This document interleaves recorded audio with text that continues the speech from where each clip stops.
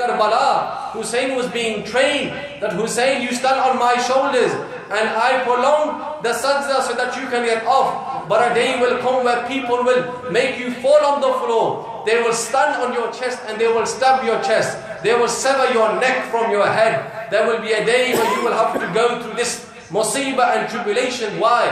إِذَا أَحَبَّ اللَّهُ عَبْدًا فَأَكْسَرَ غَمَّهُ. Fuzail bin Ayaz, he said that when Allah loves a person, He tests that person. And that person what? Who Allah doesn't love, He doesn't test.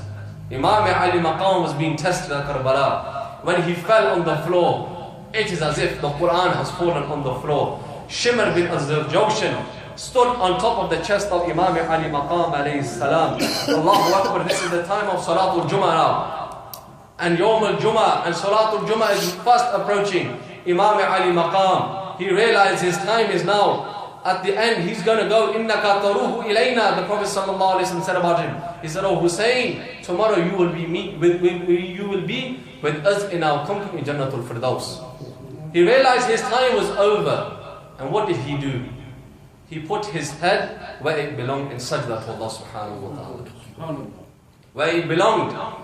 And the words of Imam Ali Maqam before he left this dunya, Wallahi, note these on your hearts. And Imam al-Zahabi, he mentions these words of Imam Ali Maqam. That Imam Ali Maqam said, Allahumma ridan biqada'ika. He said, oh Allah, I'm razi with your qada. He says, oh Allah, I'm razi. Hussein is happy with whatever you have decreed for him.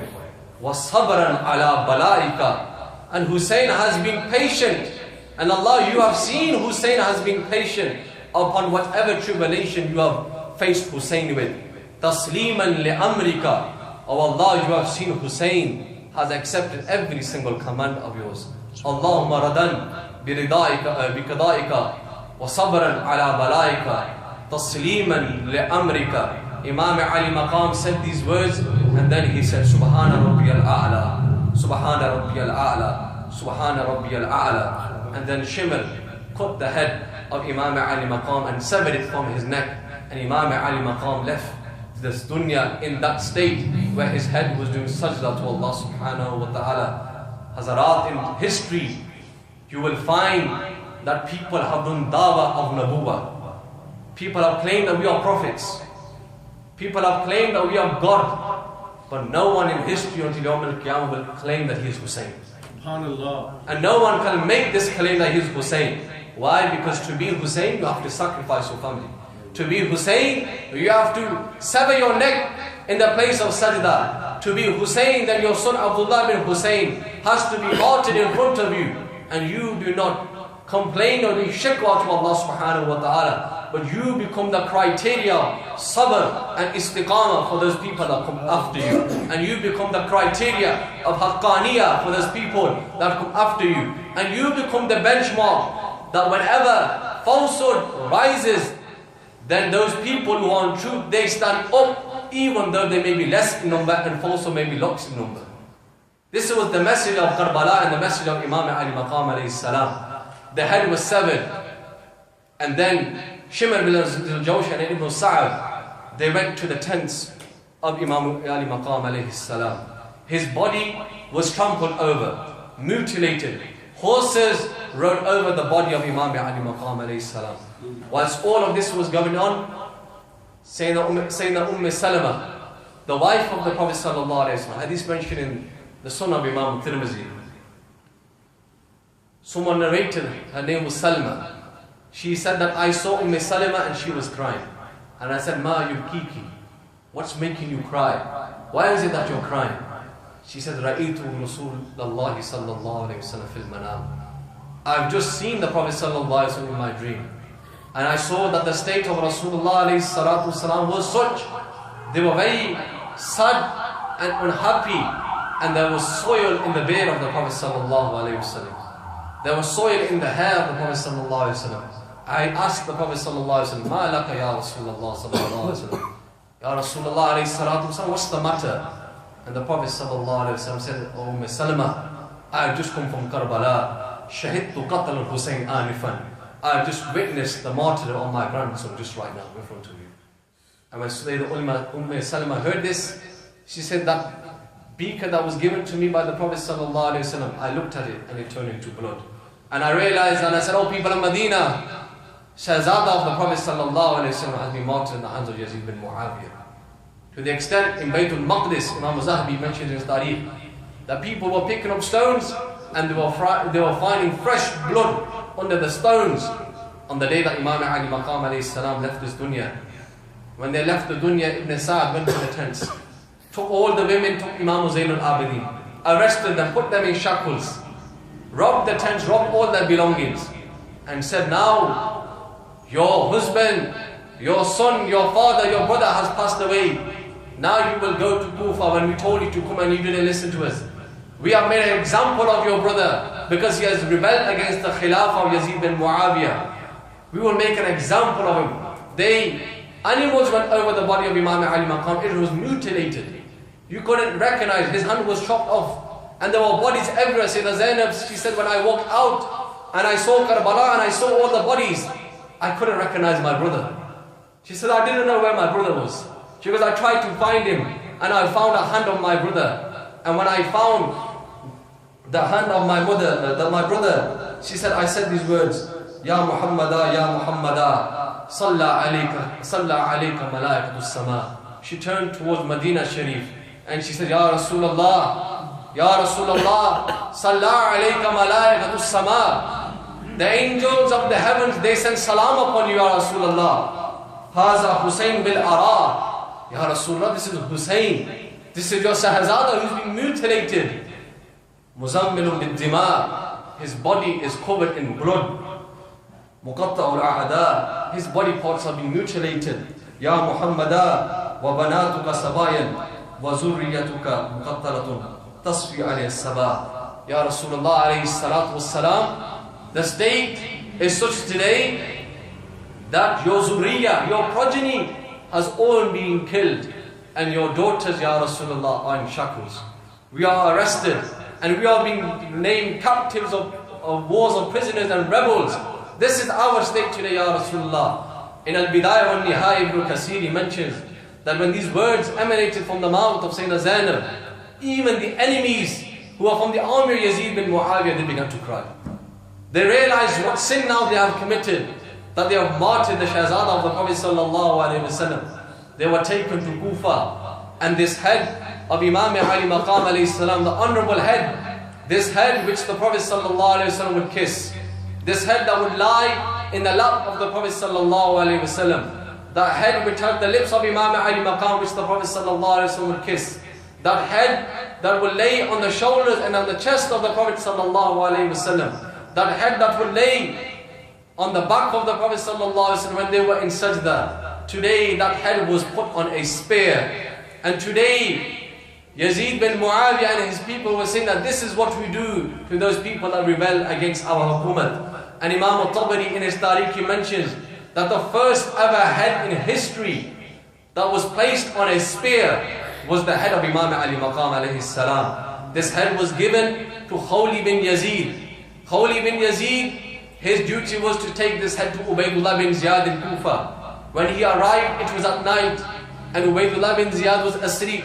So the governor's house was locked. So he brought this house back to his wife. Imam al-Zahabi and Ibn Asim and Imam al-Tabari, who are mu'tabar and contemporaries and authorities when it comes to Tariq, they mention this in their books. They say that the head of Imam Ali Maqam alayhi salam was brought to the house of Khawli bin Yazid.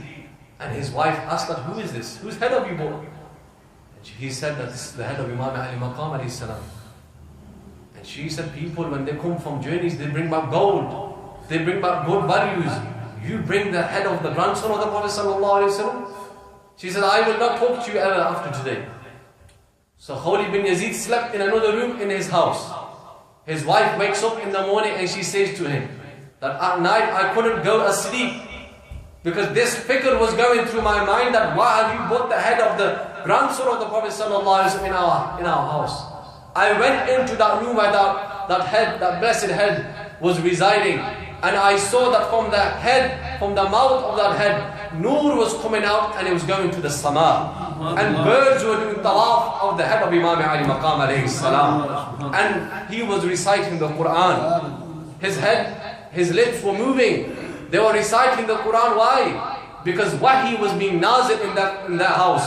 Their grandfather sallallahu alayhi wasallam was the one who wahi was being nazil upon. And they would sometimes experience wahi when the Prophet sallallahu alayhi wasallam experienced wahi. He was reading the Quran because he never forgot to read the Quran in his entire life. Why? Quran was with his father, and his father was with the Quran, and his awlad are with the Quran, and Quran is with his awlad. That even you can sever his neck, but he is still reading the Quran. And this is the biggest dalil that Imam Ali Maqam was on haqq against Karbala, against Yazid bin Muawiyah.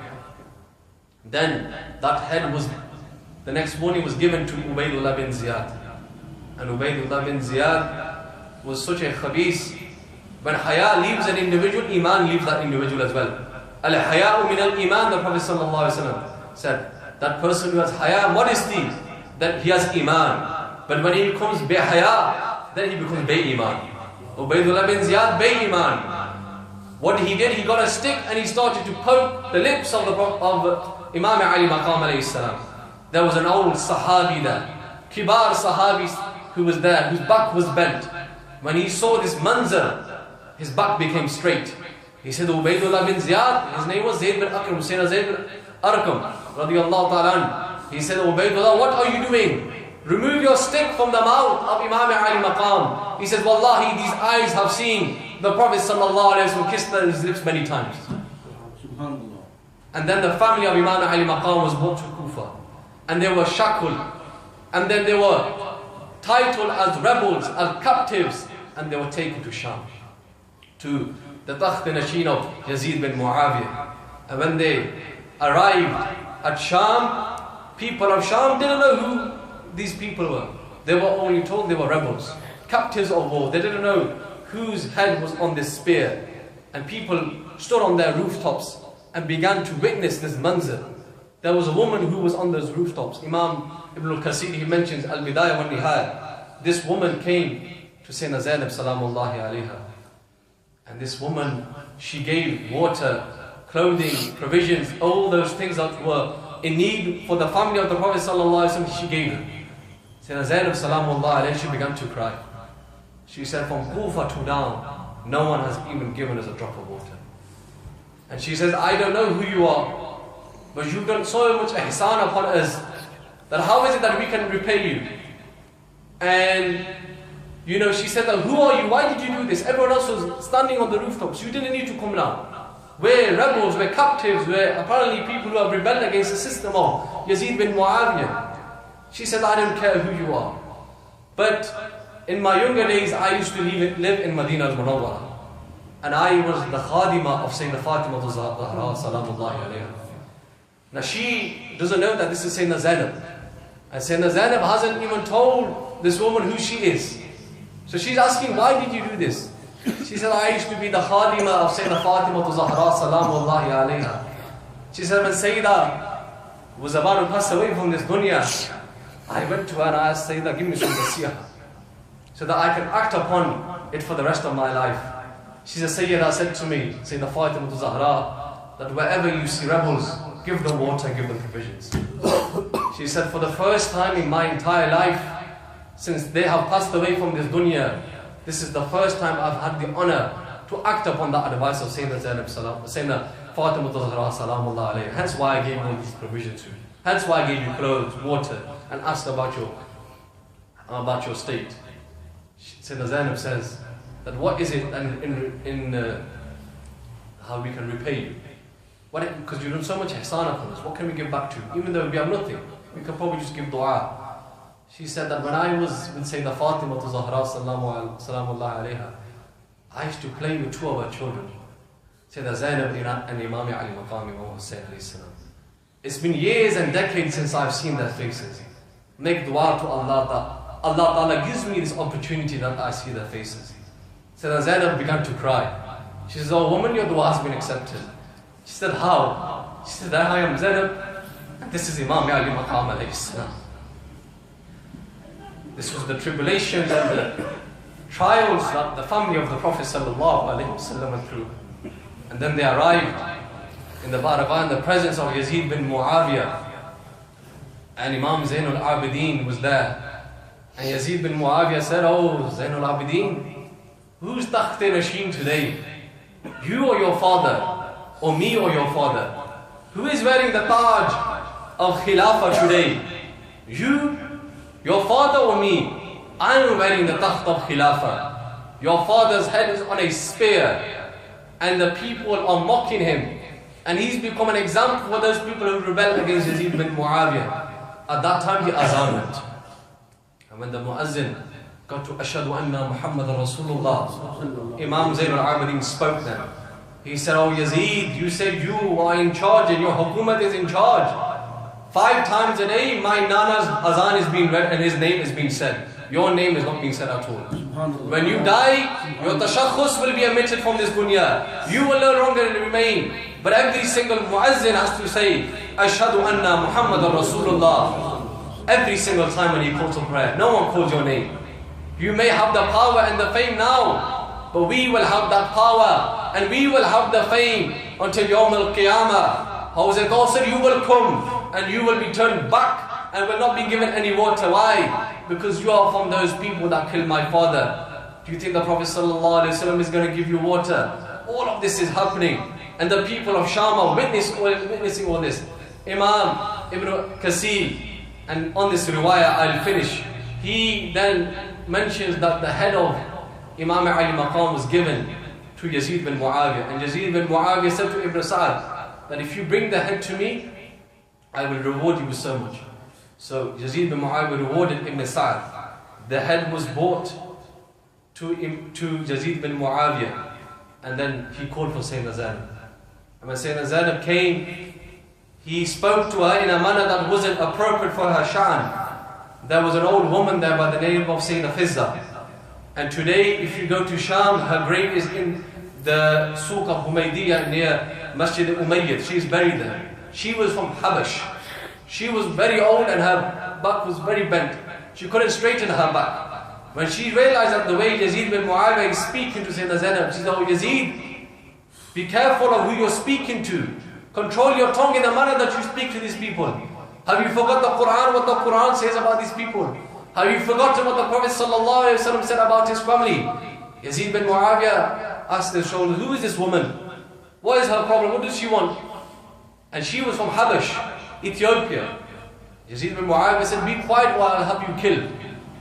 That's very same moment, soldiers from his own army, Yazid bin Muawiyah, were Ethiopians as well. They stood up and they said, Yazid, if you touch her, we'll kill you. Soldiers from his own army. Sayyidina Zainab is witnessing all of this. She begins to cry. She turns back again and she makes a iltija to the Prophet ﷺ.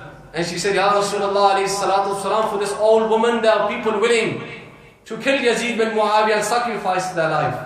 Ya Rasulullah alayhi salatu wasalam, for your daughters there's no one today. Your daughters there's no one today. Your daughters are in shackles today. Your daughters are being labeled as rebels and stuff like this. Everyone in the Majma began to cry when Sayyidina Zainab said this. Ibn Kasir mentions. And the anjab and the end of those people who killed Imam Ali Maqam, inshallah, when we have time on another day, inshallah, I'll tell you about that. But this was the story of Karbala and the sacrifices of Imam Ali Maqam and the family of the Prophet sallallahu alaihi wasallam.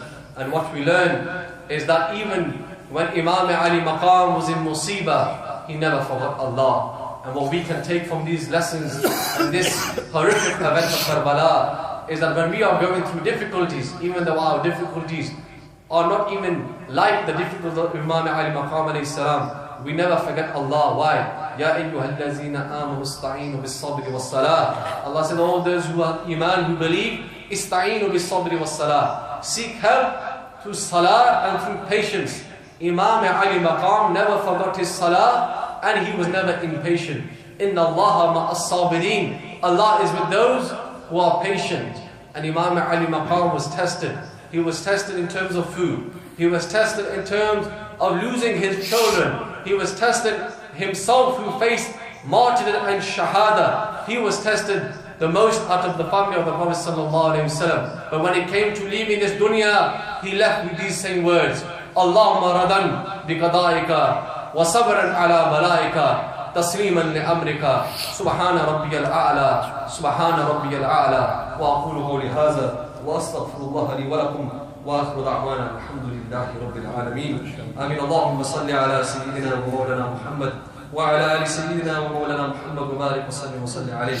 ربنا تقبل منا إنك أنت السميع العليم وتب علينا إنك أنت التواب الرحيم. ربنا اغفر لنا ذنوبنا وكفر عنا سيئاتنا وتوفنا مع الأبرار يا عزيز يا غفار يا رب العالمين. اللهم انصرنا فإنك خير الناصرين. اللهم افتح لنا فإنك خير الفاتحين. اللهم اغفر لنا فإنك خير الغافرين. اللهم ارحمنا فإنك خير الراحمين. Ya Allah, the time that you have spent in remembering the Imam Ali Maqam alayhi salam, Ya Allah, we ask you that you accept it in your barakah. Ya Allah, we ask you that you raise the rank and the honor of the Shuhada of Karbala, and especially say the Shuhada of Karbala, Imam Ali Maqam alayhi salam. Ya Allah, you give us tawfiq that we follow in the Naqsh Qadr of the Ahlul Bayt Athar Ridwanullahi Ta'ala Ajma'in. Ya Allah, Marhum Ishaq Sahab, his family has given some money to the masjid. Ya Allah, we ask you that you accept the hadiyah from them. Ya Allah, we ask you that you raise the darajat of Marhum Ishaq Sahab in his grave. Ya Allah, we ask you that you make his journey in the grave easy for him. And if he's facing any difficulties at this moment, Ya Allah, we ask you for the sadaqah of Imam Ali Maqam alayhi salam, that you remove all of his difficulties. And Ya Allah, everyone who is sitting here who have any difficulties or any nek hajat, Ya Allah, we ask you that you alleviate those difficulties and that you fulfill those nek hajat for these people, for the sadaqah of Imam Ali Maqam alayhi salam. Allahumma anfa'na bima 'allamtana wa 'allimna ma yanfa'una wa zidna 'ilma wa zidna hikma wa zidna fahma. والحمد لله على كل حال. اللهم اغفر ذنوبنا يا غفار واستر عيوبنا يا ستار. زدنا رزقنا يا رزاق وارحم حالنا يا رحمن واقبل توبتنا قبل الموت يا غفرانك بعد الموت. اللهم ارزقنا شهادة في سبيلك واجعل موتنا في بلد رسولك. آل النبي ذريتي هم إليه وسيلتي أرجو بهم أعطى غدا بيد اليمين صحيفتي. وصلى الله على سيدنا ومولانا محمد وعلى آله وأصحابه أجمعين. آمين برحمتك يا أرحم الراحمين.